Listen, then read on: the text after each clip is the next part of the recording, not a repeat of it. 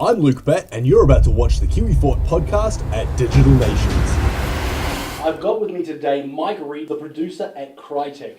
You're working on Ryse, Son of Rome at the moment. I've got a couple of questions for you, and the first one is what have you and your team learned from your work on the Crisis series that you've been able to use to improve Crytek's upcoming title, Ryse, Son of Rome? Right, there's a lot of stuff that we've learned through that. I mean, as you know, Crytek also has our CryEngine, really being the heart and soul of how we make games and how we develop them. So there's always a lot of cross-learning that happens between that. But I mean, in terms of like development process as a whole, I mean, things are always much different from game to game. I mean, yes, there are right ways and wrong ways of making games, but there's always that process, much in the way that hardware and software advance, the development process advances as well.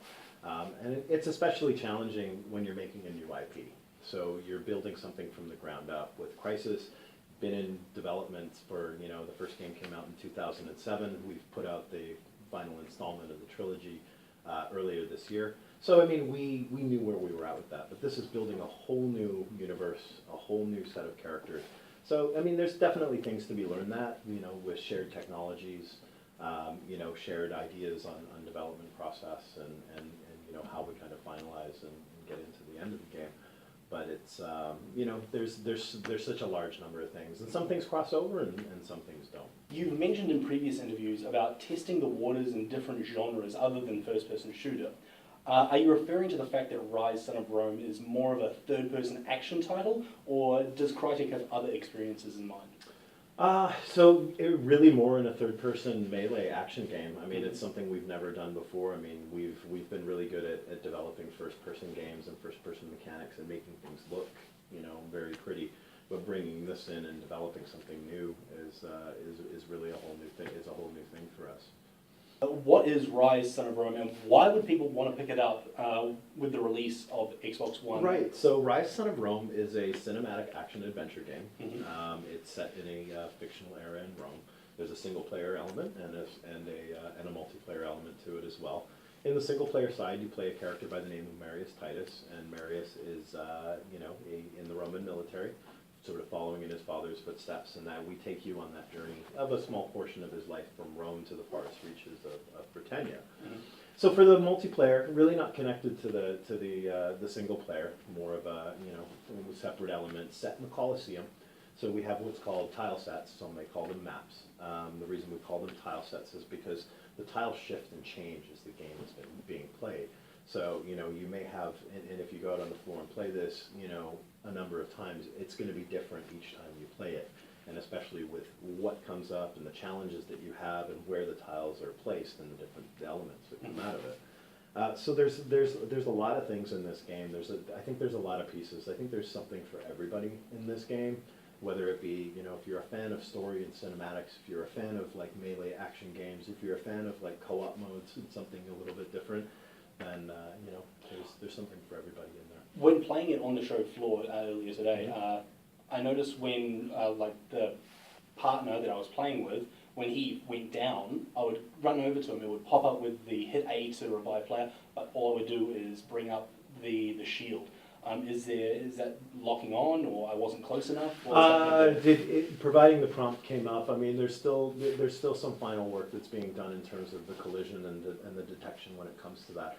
I mean, it's especially difficult if you're trying to get your buddy up and you're being attacked at the same time. So there's kind of a crossover between how do you have to get these guys back? Maybe it's using your god power associated with that to kind of stall the guys for a little bit so you can run over your buddy, get him up, and get him back into the fight. It's pretty difficult to experience on the show floor when you're just basically jumping in the middle of the thing, and it's like, well, I haven't had any training. Exactly.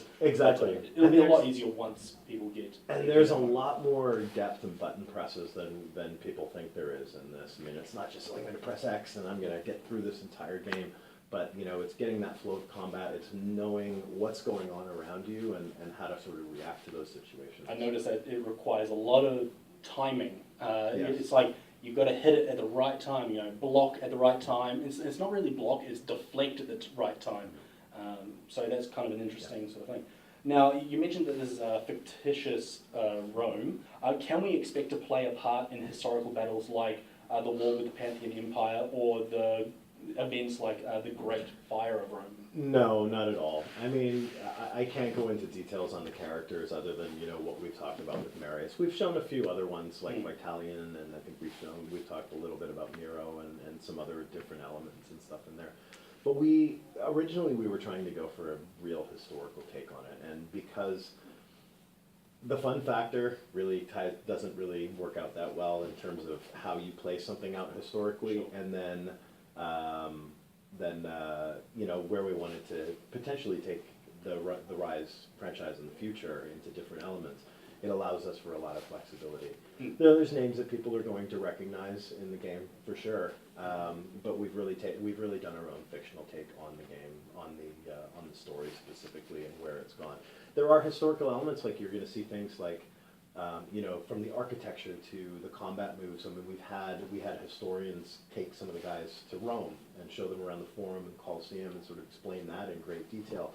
We've also had like combat trainers come in and teach our animators how these guys used to fight and how they used to move. So, you know, we could tie in things on that front as well.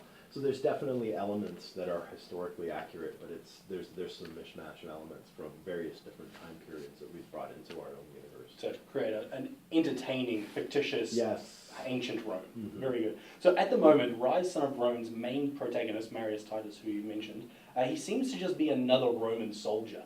Can you explain what makes his journey special and why someone would want to, you know, play as him? Well, I'd have to give all that stuff away, but I think Marius as a character is, you know, he's very likable. Mm-hmm. You know, he's a very strong-willed guy. You know, he's very powerful, and you know, watching his journey and how you sort of progress through that is something that I think people want to experience and want to go through.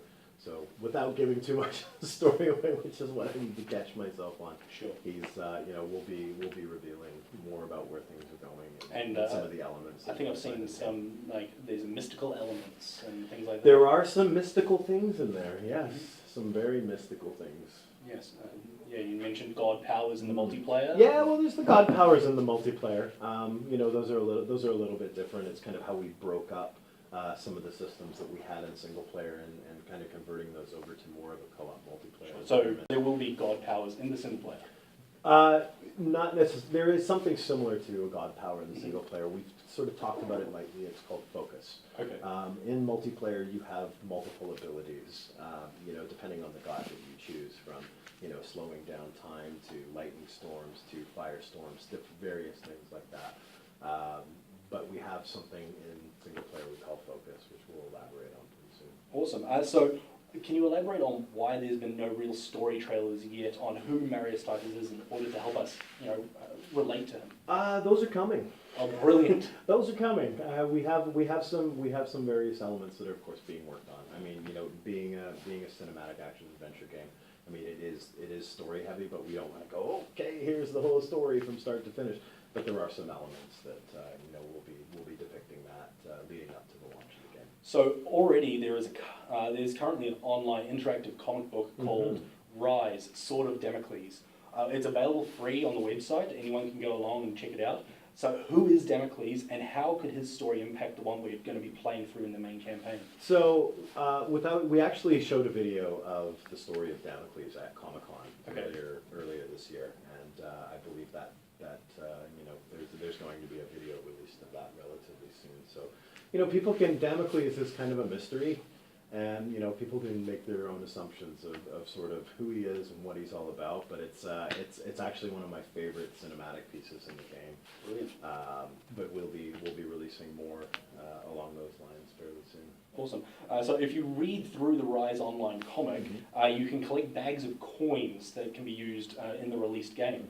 What sort of collectibles, what sort of things will these collectibles unlock for players? So yeah, so in doing that with this interactive, you're unlocking gold in the game. And what gold is used towards is unlocking various things, from, you know, swords to shields to executions to all of these various things that are tied in with multiplayer. And actually with executions is one of the few things that actually has a crossover element from when you unlock them in multiplayer, they're available in single player and vice versa. Oh, there you go. So yeah, there's a great crossover piece between that. So it's not like you have to unlock both of them twice. So you have all these different options. Now players can go in and play through the game and build up, you know, their gold stocks and their currency points and all of these things. But players, and we talked about this, I think about a month ago in terms of what we talked about with microtransactions and things like that. So you're able to purchase currency. It's a co-op game. There's not a pay-to-win element to it. But for those that, you know, want to accelerate their time a little bit and have access to some gear, the option is there to purchase. Brilliant. So Ryse was originally shown off as a Kinect game. Can you tell us what the reasoning was behind turning it from a Kinect title to the action fighting game? Right, a little bit schizophrenic going in here, because you had, you know, even the year before you had that game called Kingdoms, and then we went to this game called Ryse. We had into this game called Ryse, which was an Xbox 360 title for Kinect exclusive. Well, it wasn't long after we did that Microsoft came to us and said, hey, we're working on this new hardware. We want you guys to be a forefront. You know, can you know, you guys give us some presentations of, you know, where we could possibly go with this and some different options. So we gave Microsoft some different options, from a full-out Kinect title to a first-person version to a third-person melee combat thing you see now. Mm-hmm. And, you know, after talking about it with them and after looking at it internally, we really decided that, you know, the best option for what we wanted to present and where we were going with the game for future elements was really in a third-person controller-based melee game. And that's why we moved away from it. So it's changed quite a lot since the first time we saw it. When we first saw it at, I believe, E3, I was, you know, button prompts were appearing above people's heads. In the build I was playing just now, it's a little bit difficult to see, but I mean, which, you know, is great for people who don't like the you know, quick time events. But a little color appears around. Right. So coming into E3, you know, a lot of the combat systems that we had were not ready yet. Mm-hmm. You know, and we wanted to give people a hands-on demo and have something running on the box that people could play on an Xbox One. So we came into it, we, you know, looked at everything that was done, and we were like, a lot of this stuff isn't ready. We need to deliver something, so we had to cut the combat system down. We had to enable God mode because certain things weren't ready on that front too. We really brought the level of visual polish up a lot on that, but when we presented it out, I mean, especially people who saw the video got the wrong impression of what it was.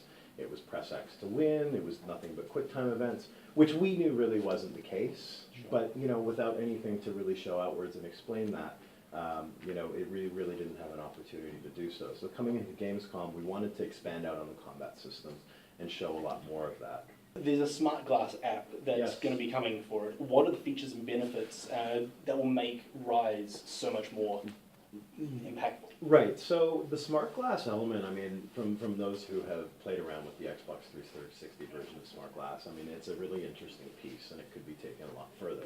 And that's essentially what's happening on the Xbox One. So with our focus on smart glass specifically, it's more on the menu systems. Mm-hmm. So what you see in the menus in game is what you're going to get on smart glass. Okay. So you're going to be able to follow your campaign in real time. You're going to get real-time updates on like help events and video clips and different things like that as you're playing through it. There's also the multiplayer element of it as well. And the coolest thing I think out of the multiplayer side is the ability to create custom challenges. So you can go in and create these, you know, custom playlists and actually change the tile sets and determine what those are and then share those out on the cloud. And so you'll be able to do that from the app itself? You can do that from the app itself, or you can do it in the game. But I mean, there's a lot of people now, I hear these tablet things are popular these days, right? So, you know, there's a lot of people that sit in their living room and they're sitting in front of their consoles and they've got their tablets there, they've got that there. So why not be able to tap into that and do stuff in real time rather than, okay, I need to go up to the Xbox menus, you can access the Xbox menus, you can access all of the stuff in Ryse, whether you're connected to the game or not. But if you're connected, then you're going to get real-time data that's streaming and associated with So that. potentially I could be, say, on a lunch break, and I could be creating Absolutely. challenges for my game tonight. Absolutely. You can create those challenges, you can refit your armor and all of your other gear, change up your potions, you know, look at your friend stats, all of these things that are available outside of that or in real time connected into the game.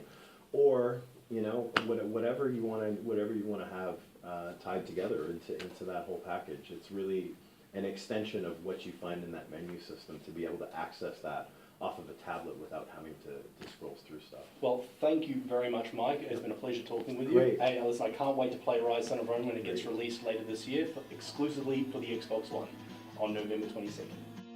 I'm Luke Batt from the Kiwi Fort podcast, and that was us at Digital Nations. Thanks for watching, and I'll catch you next time. Yeah!